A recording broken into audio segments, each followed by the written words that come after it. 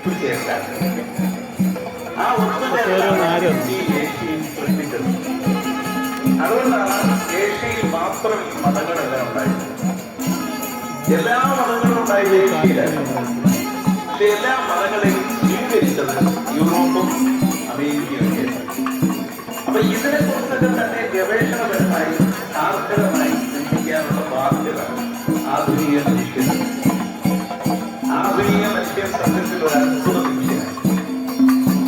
തെറ്റുകൾ ഉണ്ടാവാൻ മനുഷ്യന് സാംസ്കാരികമായി കൂടി യാത്ര ചെയ്യണമെന്നുണ്ടെങ്കിൽ ആയുധങ്ങളില്ലാത്ത അഹിംസാത്മകമായ ഒരു ലോകം ഉണ്ടാകും.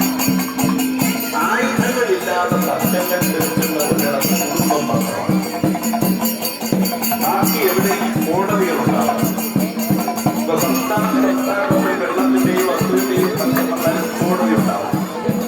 പാർലമെന്റ് നിയമങ്ങളുണ്ടാവും. അസംബ്ലി നിയമങ്ങളുണ്ടാവും.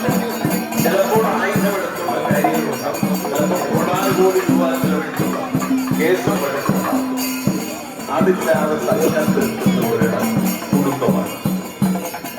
അപ്പൊ കുടുംബം എങ്ങനെയാണ് പ്രവർത്തിക്കുന്നത്? അതുകൊണ്ടാണ് മഹാത്മാഗാന്ധി പറഞ്ഞത്, രാജ്യത്തിന് ബഡ്ജറ്റ് ഇല്ലെങ്കിലും വലിയ കുഴപ്പമില്ല, പക്ഷെ കുടുംബത്തിന് ബഡ്ജറ്റ് ഉണ്ടാവും. രാജ്യത്തിന് കടം വന്നാലും കുഴപ്പമില്ല,